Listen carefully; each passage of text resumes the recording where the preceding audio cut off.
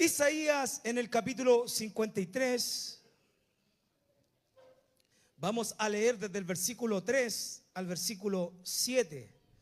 Habiendo encontrado la palabra del Señor, usted se va poniendo de pie para que todos juntos leamos palabra del Señor como es lícito, como hemos sido enseñados, con temor, con respeto y reverencia.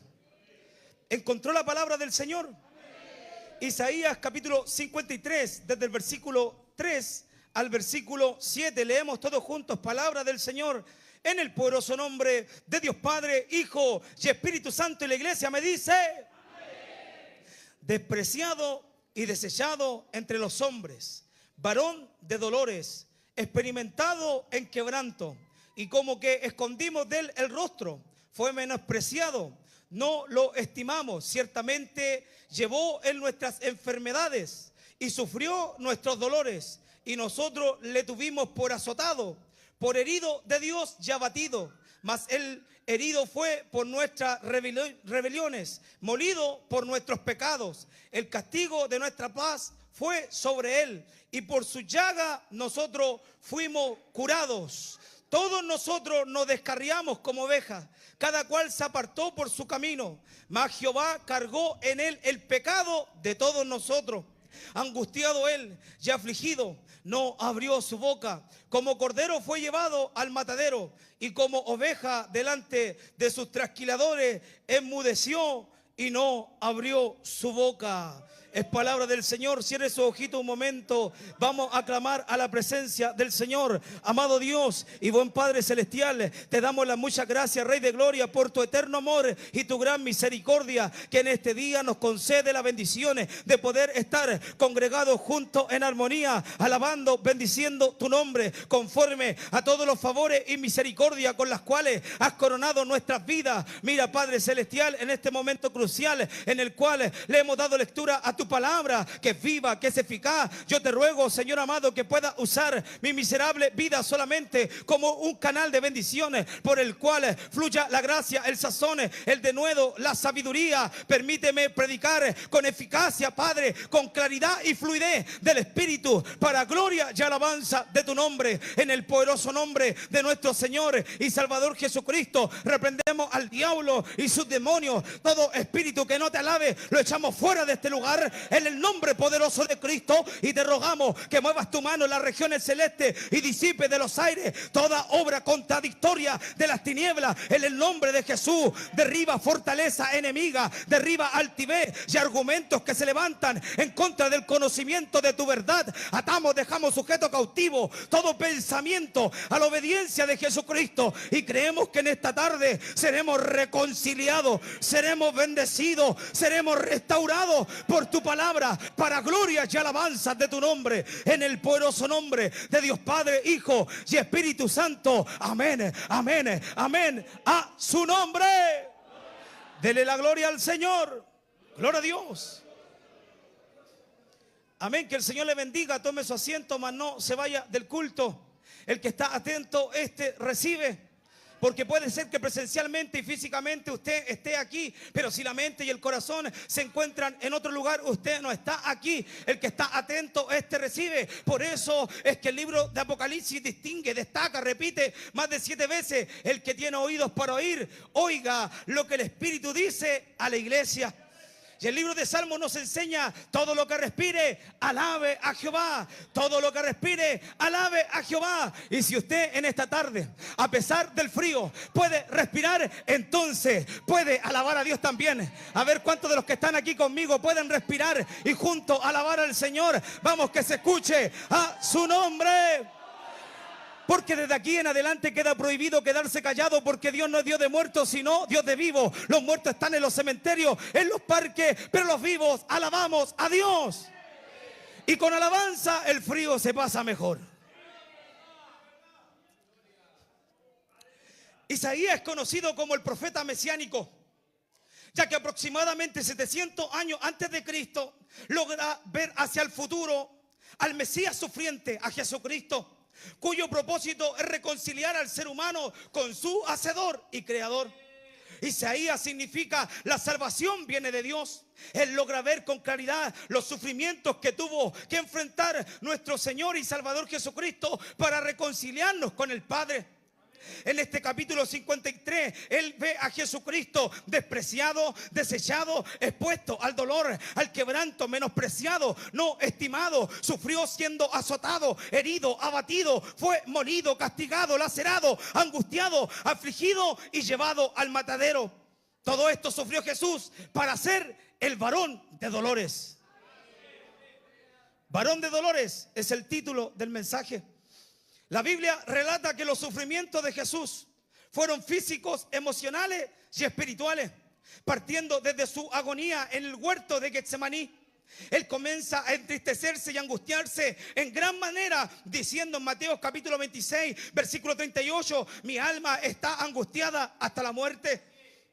Pide la compañía de 3 de sus discípulos para poder acudir a la fortaleza espiritual por medio de la oración. 3 veces le repite al Padre: Padre mío, si es posible, pasa de mí esta copa, pero no sea como yo quiero, sino como tú. Dándonos a entender en su naturaleza humana, como enseña bien el libro de Colosenses, que en él habitó corporalmente toda la plenitud de la deidad, que él es la imagen del Dios invisible. Juan dice que él en el principio era el verbo que estaba con Dios, y el verbo era Dios, pero este verbo se humanizó y se hizo carne, y vimos su gloria como el unigénito de Dios, lleno de gracia y de sabiduría. Jesucristo es 100% hombre y también 100% Dios. La Biblia nos da a entender que este hombre, al igual que tú, tuvo hambre, tuvo sed, tuvo, aleluya, sufrimiento. Él lloró por la partida de un ser querido. Oiga, Jesucristo es de carne y hueso, igual que tú, igual que yo. ¿Cuántos de los que están aquí están entendiendo y dicen amén a la palabra? En su foro interno, en su naturaleza humana, él tiene una terrible lucha. Es por eso que recurre a la oración. Se acerca la hora en que será entregado en manos de pecadores. Se aproxima la muerte y él está padeciendo una terrible lucha espiritual. Es tanto que Lucas en el capítulo 22, versículo 44 relata que él, estando en agonía, fíjese la palabra, agonía habla de lucha interna, de mucha ansiedad. Los especialistas dicen que agonía es resultado o es igual a aniquilamiento psicoemocional. En esa condición Jesús oraba más intensamente. Fue fortalecido por un ángel, pero su sudor eran como grandes gotas de sangre que caían a la tierra. No es coincidencia que Lucas sea el único que relate este acontecimiento y este detalle, ya que Lucas es el médico y se da cuenta de que Jesucristo está padeciendo una crisis nerviosa extrema, hematohidrosis, causado por un colapso de estrés, provocando que los vasos sanguíneos que alimentan las glándulas sudoríparas se rompan y exuden sangre. Esta hemorragia microscópica tiene lugar en todo su cuerpo, dejando la piel adolorida y sensible. O sea, esas gotas que caían como de sudor y sangre a la tierra, era sangre literal que corría por el rostro de Jesús y por todo su cuerpo, hermanos míos.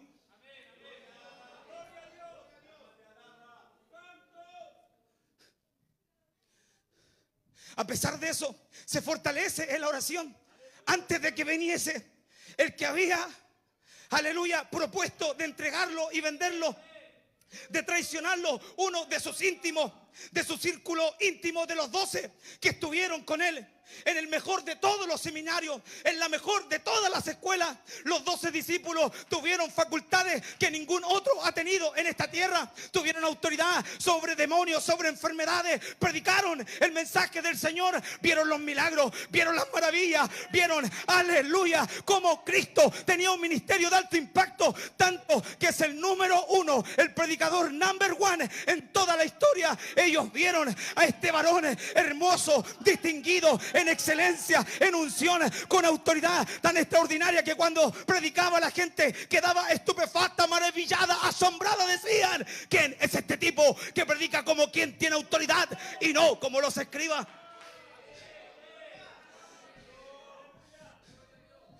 Judas le había dado la señal a los ancianos, escribas y fariseos: al que yo besare es él, a este hay que prender.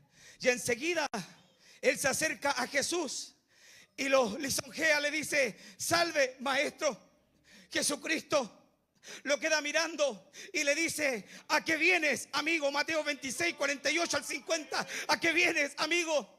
Cristo, a pesar que todo lo sabía, que la ciencia estaba en claridad, tenía la omnisciencia, atributos solamente que el Padre tenía, porque así como es hombre, es 100% Dios. Sabe, le hace un escáner, una radiografía. Judas sabe que por la codicia que había en su corazón, porque era ladrón, porque era amante de lo material, Satanás, el diablo, utilizó esa brecha para meterse en el corazón de Judas y llevar a que traicionara a su maestro. Y su maestro, oiga, lo queda mirando en la noche de la traición, en la noche en que lo vende solamente por 30 viles monedas de plata, y le dice: amigo mío, ¿a qué vienes? ¿Ha experimentado de que un amigo lo decepcione, lo traicione, hable a sus espaldas? Pues Cristo Jesús, oh gloria al Señor, también experimentó dicho dolor. Entonces le prendieron. Lo llevaron primeramente donde los sumos sacerdotes, primero donde Anás, donde lo interrogó y luego lo abofeteó. Se reúne todo el concilio, ancianos, sumos sacerdotes, fariseos, escribas, en medio de la noche, buscando cómo acusar al Hijo de Dios. No podían comprender cómo había quebrantado el Shabbat, el día de descanso. No podían comprender eso que había dicho, que en 3 días derribaría el templo y después lo iba a volver a reconstruir. Oiga, cuando Cristo habla de que va a derribar el templo, ellos lo tomaron literal, porque la gloria del religioso es el templo, es, aleluya, las edificaciones. Pero Cristo está hablando de sí mismo. Ellos no lo comprendieron y por envidia buscan cómo acusarlo para entregarlo ante las autoridades romanas para que lo maten. A la mitad de la noche se reúnen los conspiradores y lo interrogan. Caifás le dice: ¿eres tú el Hijo de Dios? Y Cristo se presenta como el Cristo, como el Mesías, como el libertador que había sido anunciado por los profetas más de 700 años atrás. Los profetas ya veían al futuro y veían que vendría un Mesías, que vendría un libertador. Lo que judíos no comprendieron, que ese libertador no era sociopolítico, sino era uno que con la verdad haría libre al hombre del pecado, lo haría libre de la condenación del infierno y del yugo de Satanás. ¿Cuántos de los que están aquí han sido libertados por el Mesías, por Cristo, por el enviado, por el ungido? ¡Aleluya a su nombre!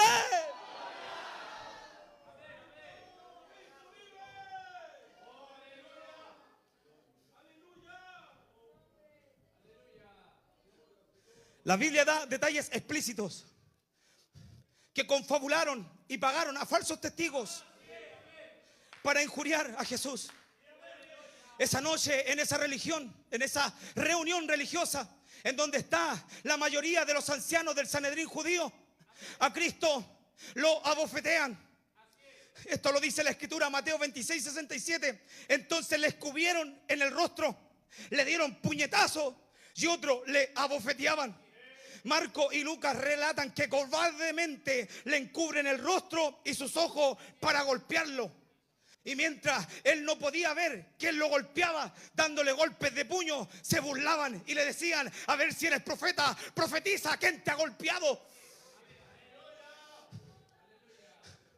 Era tanto el odio que le tenían, porque tenía algo llamado influencia, respeto. La gente seguía a Jesús no porque él, aleluya, los lisonjeara, les mintiera, sino que veían en Jesús una gracia especial. Veían las señales, veían las maravillas, veían cómo este tipo sanaba enfermos, libertaba endemoniados. Como era distinto a los religiosos de su tiempo, tenía la capacidad de compartir con leprosos, tenía la capacidad de compartir con samaritanos, tenía la capacidad de involucrarse con la gente NN de su sociedad judía.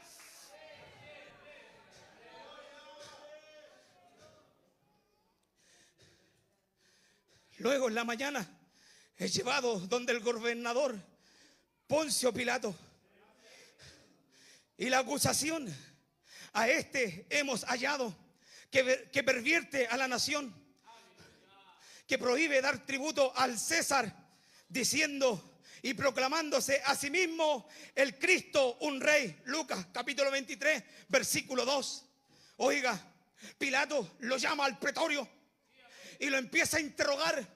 Luego de estas interrogaciones, él no halla delito para que sea condenado a muerte. Comprendía que por envidia los religiosos lo acusaban. Oiga, es tanto que inclusive hasta su esposa le advierte: no tengas nada que ver con este justo. Si es posible, de ti líbralo, porque yo he tenido sueños con él de que es inocente. Al escuchar Pilato que es de Galilea, él ve una salida. Como esas regiones no estaba bajo su gobierno, lo envía entonces donde el tetrarca Herodes. Herodes, fascinado de recibir a quien de tanto había escuchado, lo recibe espléndido, lo recibe maravillado para interrogarlo. Pero luego, viendo que Jesús contenía una sencillez y una humildad, se burla de él y lo envía de vuelta a Poncio Pilato. Oh, gloria al Señor. Poncio Pilato no quiere condenar a Jesús. Entonces se acuerda que era la tradición, la costumbre, que antes de la fiesta se le soltase un preso, se le diese libertad a alguno que esté como malhechor padeciendo en la cárcel. Si había un malhechor llamado Barrabás, famoso, era acusado de homicidio y también de sedición. O sea, era un rebelde en las personificaciones de la maldad, de la rebeldía y del pecado. Quizás Poncio Pilato pensando: a este tipo comparado con Jesús, a él lo van a libertar, porque en él yo no hallo cómo acusarle, no hallo culpa en este varón. Oiga, escuche esto por favor, que la gente escoge, para sorpresa de todos los que estamos aquí, a Barrabás. Y eso sigue pasando hasta el día de hoy.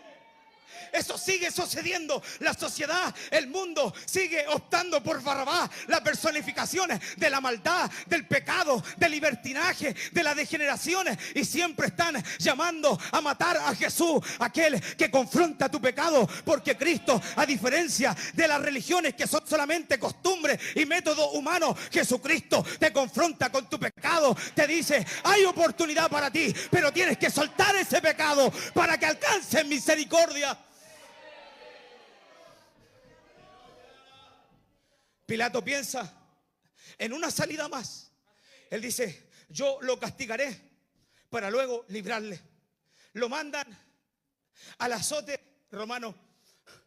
A Jesús lo desnudan y lo encadenan de sus manos a un pilar, dejando su espalda expuesta para ser castigado por varas y por el látigo de Roma, llamado el flagellum, compuesto de varias cuerdas anudadas que terminan en metales y huesos de cabra. El flagellum corta la piel fácilmente. En ocasiones se incrusta en la carne para desgarrarla.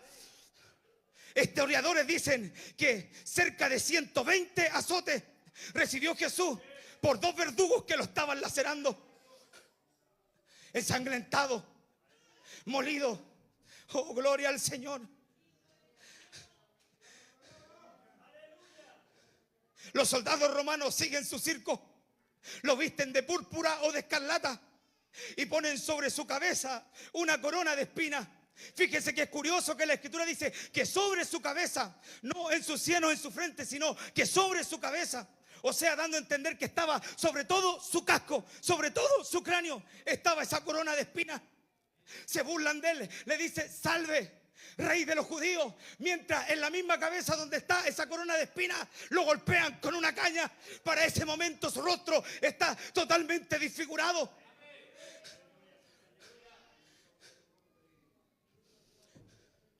Isaías relata en profundidad en el capítulo 50, versículo 6, esta es la versión Dios habla hoy.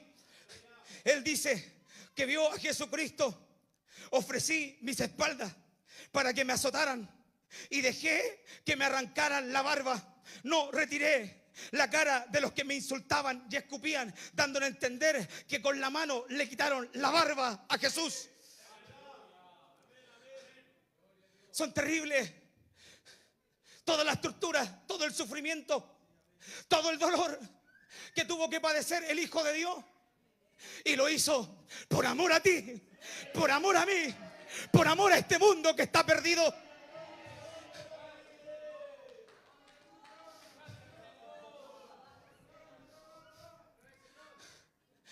Pasan unas horas y lo vuelven a presentar delante de toda la multitud. Le sacan esa túnica que le pusieron de rey. Para aquel momento, especialistas dicen que esa túnica ya se le había pegado a las llagas que tenía en su espalda a través de la sangre seca y coagulada, produciéndole un dolor terrible al quitarle esa túnica. Pilato quizás pensaba que de esta manera religiosos iban a ceder a lo que estaban pidiendo, que es lo que querían. Querían la muerte de Jesús. Querían crucificarle en la máxima pena romana, en donde morían malhechores, en donde morían delincuentes, en donde morían lo peor de la sociedad. Ahí querían llevar a Jesús. Pero los religiosos no se compadecen. Una de las características que tiene el conspiranoico, el religioso, ese que no siente amor, es que es insensible al dolor ajeno. Viendo Pilato que nada adelantaba, tomó agua y se lavó las manos diciendo: inocente soy yo de la sangre de este justo. Mateo 27, 24. Oiga, escuche esto, que lo llevan a la crucifixión, y de donde se encuentra hasta el monte de la calavera son 600 metros aproximados, en el que debe cargar el tosco madero donde será crucificado por un camino difícil, lleno de curvas y de subida y bajada. Durante el trayecto sigue siendo azotado. La gente sale y quedan algunos conmovidos del dolor del Nazareno, del Hijo de Dios. Y Jesucristo sigue predicando. Jesucristo, teniendo un control totalmente extraordinario, sigue predicando. Oiga, escuche esto, por favor, que se cree que varias veces él cayó con ese tosco madero que inevitablemente le seguía rasgando la piel de la espalda. Al estar debilitado, frágil, herido, cae en reiteradas veces, razón por la que obligan a Simón de Cirene a que llevase su cruz. Lo dice Mateo 27, 32, Lucas 23, 26, Marcos 15, 21. Y llegando al monte de la calavera, aún hay más dolor. Es expuesto en ese madero y le traspasan pies y manos para clavarlo en la cruz. Aquellos clavos son puestos justo en los ligamentos que mueven los dedos de los pies y de las manos. Y por esos ligamentos y en ese centro también pasan ramas del sistema nervioso, lo que provoca un severo dolor desde el cerebro recorriendo todo su cuerpo. ¿Alguno ha tenido alguna vez dolor de muela?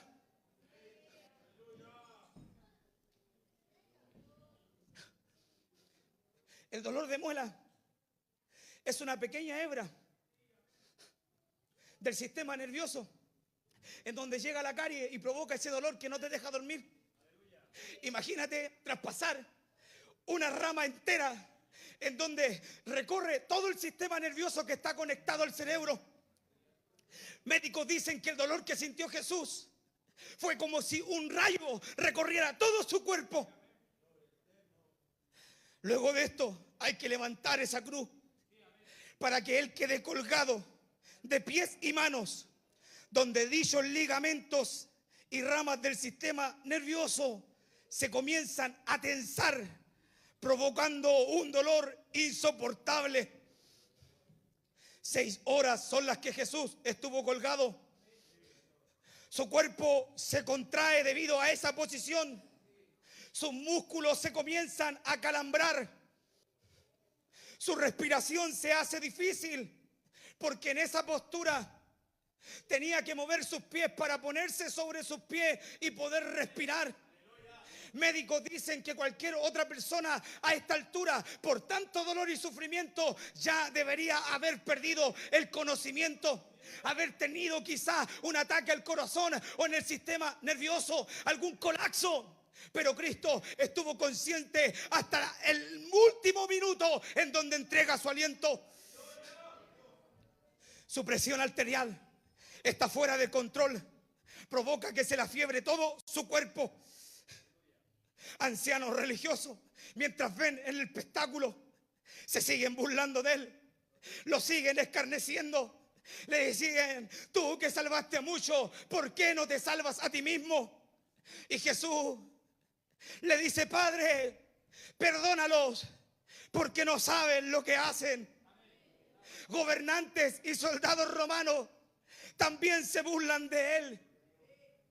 Y Jesús sigue repitiendo las mismas palabras: Padre, perdónalos, porque no saben lo que hacen.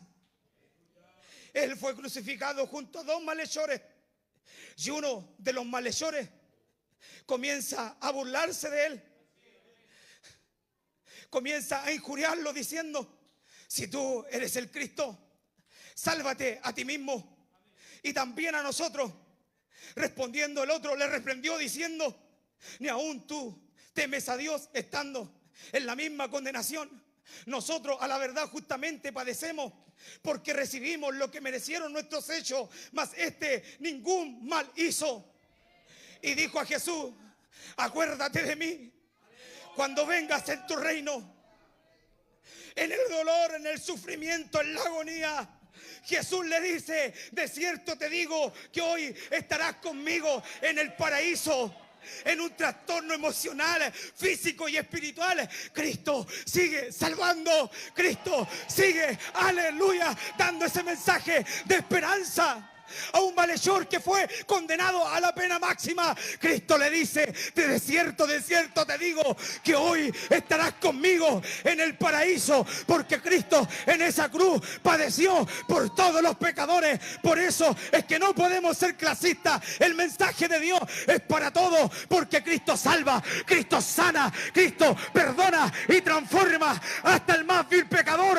¿Cuántos de los que están aquí dicen amén y le sacan un fuerte aplauso de alabanza al varón de dolores, al caballero de la cruz?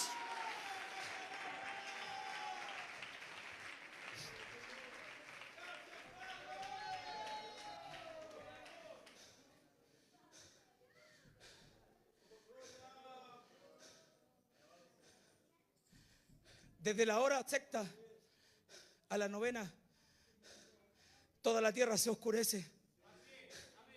Tinieblas tapan el sol. Gente experimentada en el campo de la guerra espiritual dicen que esas tinieblas literalmente eran demonios que estaban atentos al martirio y al sufrimiento de Jesús.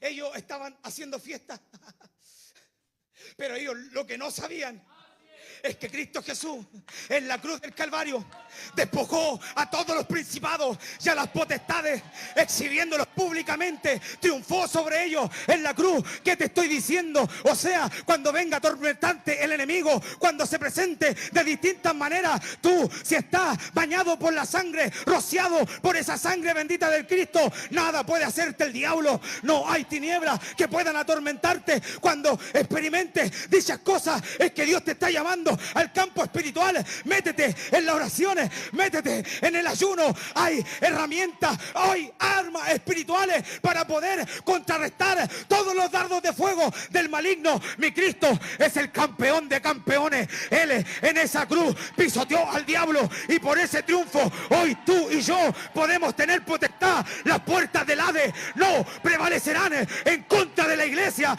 Por eso siempre ponga cobertura sobre su familia, su matrimonio, sobre la juventud, sobre sus hijos. Dios bendiga a nuestros hermanos coristas. Hay que orar por ellos, hay que estar constantemente, porque están bajo esa presión. El mundo los quiere sacar, pero tú, hermanito mío, que alaba a Cristo, sigue adorando a Dios, porque cuando tú alabas, abre el cielo, y desde el cielo Dios envía bendición a la iglesia.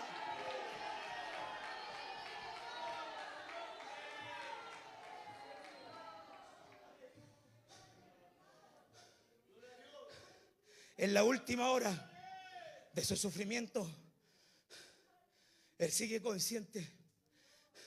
A pesar de que su respiración es complicada, Él se esfuerza una vez más para tomar aliento y decir estas palabras: Elí, Elí, lama sabachthani, que traducido es: Padre mío,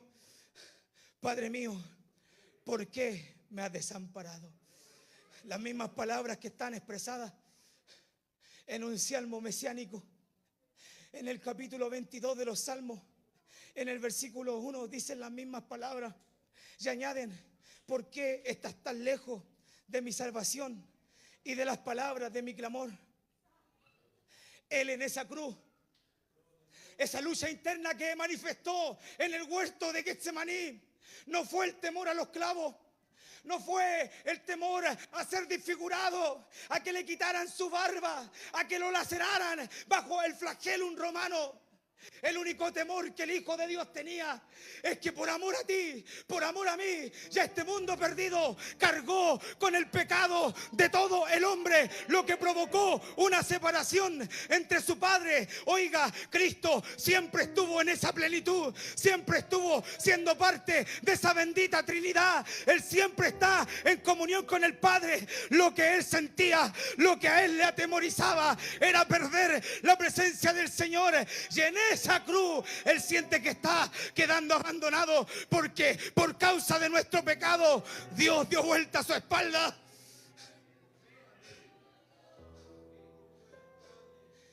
Es curioso que este salmo en el verso 6, 7 y 8 dice esto: mas yo soy gusano y no hombre, oprobio de los hombres y despreciado del pueblo. Todos los que me ven me encarnecen, estiran la boca y menean la cabeza diciendo: se encomendó a Jehová, líbrele Él, sálvele puesto que en Él se complacía. En el verso 11: no te alejes de mí, porque la angustia está cerca, porque no hay quien me ayude. Sus discípulos lo dejaron. Pedro lo termina negando por temor al sufrimiento. Y todo lo que está pasando en el cuadro bíblico representa a cada uno de los que estamos aquí. Quizás tú me puedes decir: si yo hubiese estado ahí, hubiese recurrido, lo hubiese salvado, algo hubiese hecho por él. Pero no. Relata las Escrituras que cada uno de los que estamos aquí son, aleluya, de alguna manera retratados en los pasajes bíblicos. En nuestro día a día, a veces usted ni siquiera se da cuenta y menosprecia este sufrimiento que pagó nuestro Señor. Usted no se da cuenta como a veces lo termina negando, lo termina traicionando, lo escupe y se burla en su propia cara del Maestro. Pero Él sigue diciendo: Padre, perdónalo, porque no saben lo que hacen.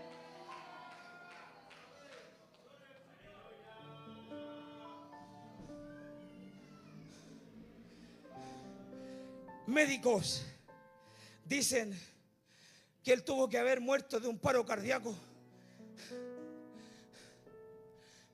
que su cuerpo a esa altura ya debería haber colapsado. Y el verso 14 y el 15 del Salmo 22 nos relatan lo que Cristo está sintiendo dentro de su ser. He sido derramado como agua, todos mis huesos se descoyuntaron, mi corazón fue como cera, derritiéndose en medio de mis entrañas. Como un tiesto se secó mi vigor, y mi lengua se pegó al paladar, y me ha puesto en el polvo de la muerte. Su corazón se está derritiendo como cera. Dentro de sus entrañas se está secando. Sabe que viene el momento en donde tiene que encomendar su espíritu al Padre. Y Él dice: consumado es. Juan 19:30. Hecho está. Padre, en tus manos encomiendo mi espíritu. Y expiró. Y la tierra comenzó a temblar porque la muerte del Hijo de Dios afectó todas las esferas, en lo campo visible y en lo invisible. Todo comenzó a temblar. El velo del templo se rajó desde arriba hacia abajo. Fue el precio que él tuvo que pagar. No creían que era el Hijo de Dios. Pero al tercer día, esa cueva y esa tumba queda vacía, porque Dios lo levanta de entre los muertos con gran poder y gloria.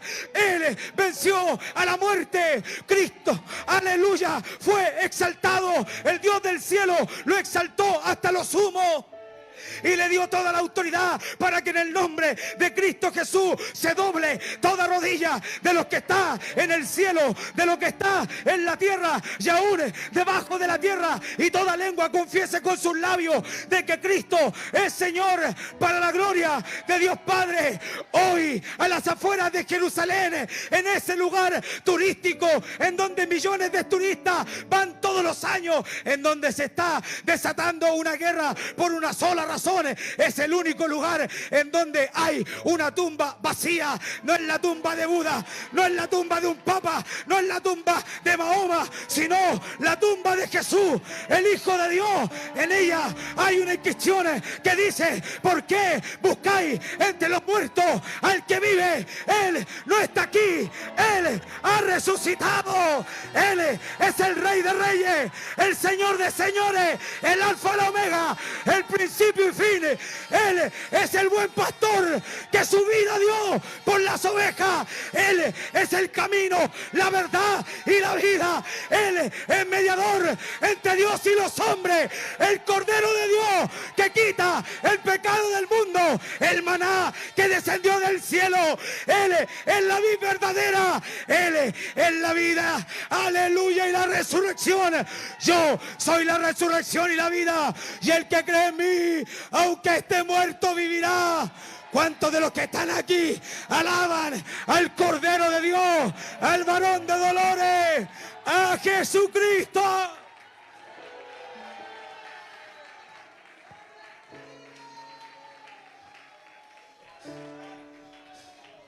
Ya termino. En la antigua dispensación, machos cabríos solamente cubrían el pecado. El sumo sacerdote Aarón tenía la oportunidad una sola vez en el año de ofrecer un sacrificio por su vida y también por todo el pueblo. Era el único día en todo el año en donde una sola persona, el sumo sacerdote, podía entrar al lugar santísimo, en donde estaba el arca del pacto, que representaba la presencia del Señor. Todo tenía que ser con mucho cuidado y temor, como estaba expresado en la ley de Moisés. Cuando el sumo sacerdote entraba a ese lugar después de ofrecer el sacrificio, una cuerda la ataban a su cintura, porque si algo hacía mal, caía como muerto delante de un Dios 3 veces santo, temible y todopoderoso.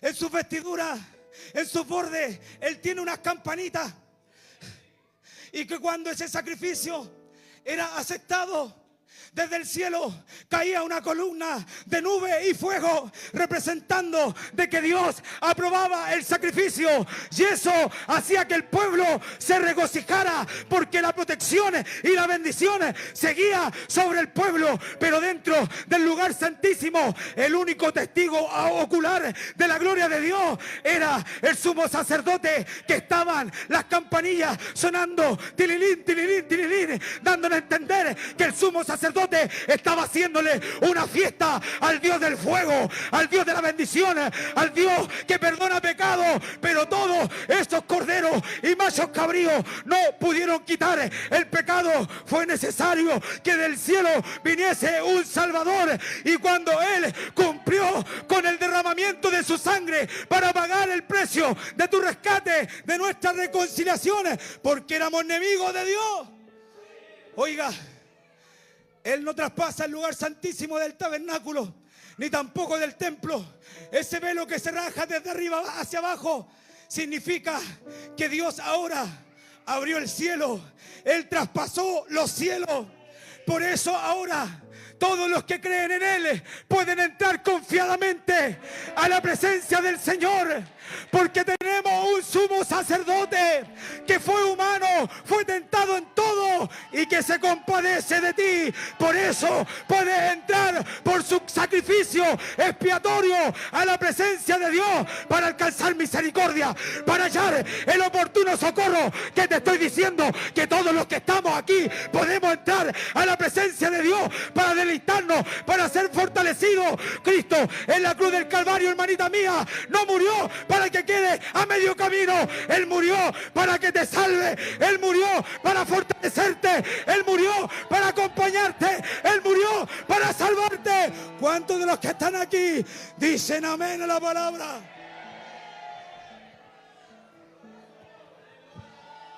Vamos, siervo. Póngase de pie y alabemos al Señor.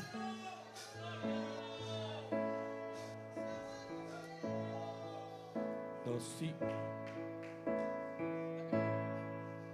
Lo azotaron.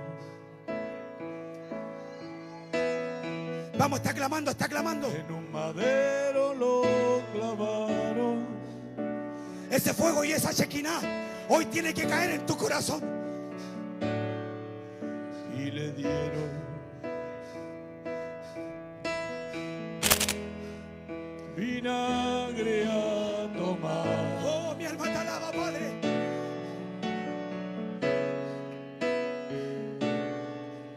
Se burlaron. Sí, Señor amado. Con los muertos lo enterraron.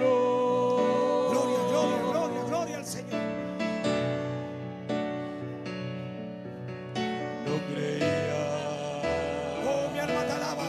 Si alguien quiere pasar al altar a buscar presencia de Dios, a fortalecerse, a aprovechar este sacrificio de reconciliación, abrimos el lugar santísimo.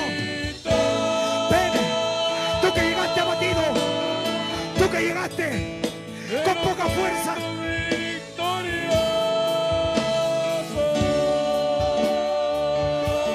Oh, mi alma te alaba.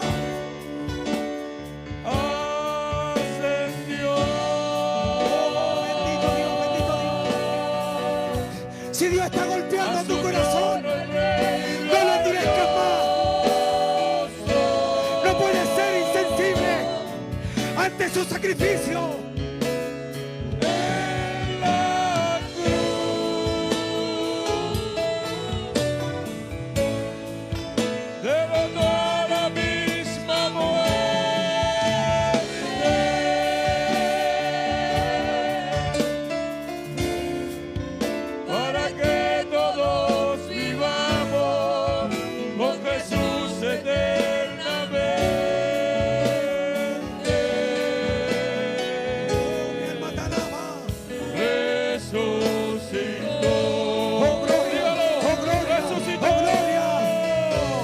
Siente la presencia del Señor. Él traspasó los cielos.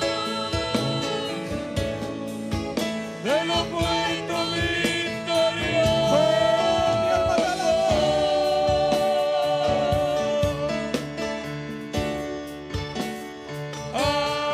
Ascendió. Sí, Señor.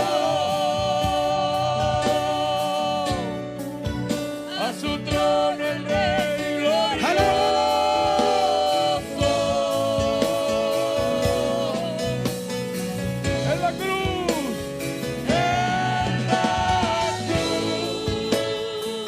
Reprendemos al diablo en el nombre de Jesús. Derrotó a la misma muerte.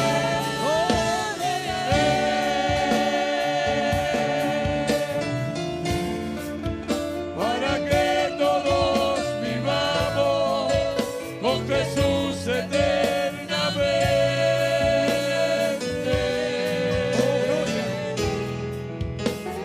Resucitó. Eso es.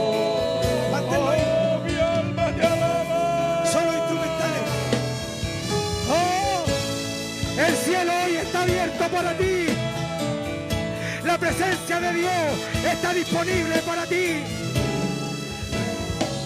El favor de Dios está presto para socorrer tu vida.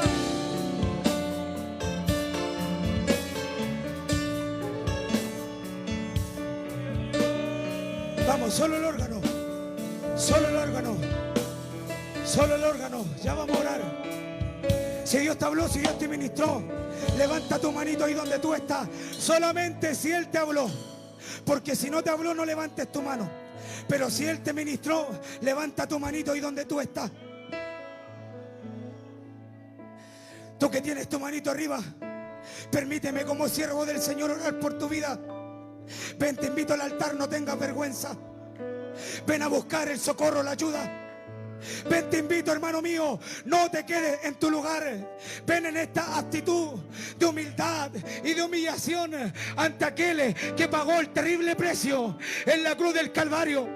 No para que estés triste, no para que tengas poca fuerza, no para que estés afligido, no para que seas atormentado por el diablo, sino para que en ese sacrificio todos los que estamos aquí seamos más que vencedores. Oh, gloria al Señor. Clama al Señor, vamos a orar. Amado Dios y buen Padre Celestial, gracias por esta semana de reconciliación.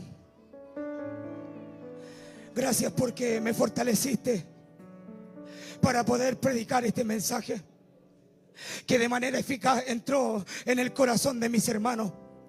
Cada uno de ellos hoy tiene una lucha, una petición delante de ti. Te damos gracias por ese sacrificio que hiciste por nuestras vidas. Hoy, en el nombre de Jesús, clamamos para que envíes respuesta, para que si hay enfermedades tanto del alma y del cuerpo, tú sane a mis hermanos, que por tu llaga es que nosotros fuimos curados. Reprendemos al diablo y sus demonios de los matrimonios, de la familia, de los niños, y clamamos, Rey de Gloria, para que tu Shekinah, tu presencia, tu Espíritu Santo, que es el Paracleto, el guía, el ayudante, el que nos consuela, el que nos fortalece, se meta en su corazón, Padre, le dé fuerza para seguir adelante. Declaramos que somos frágiles, que fallamos, que solo no podemos, pero como dijo el apóstol, hoy todo lo podemos en Cristo, porque Él nos fortalece. Derrama bendición de lo alto en el nombre del Padre, del Hijo y del Espíritu Santo. Amén, amén, amén. A su nombre. Dele fuerte la gloria al Señor.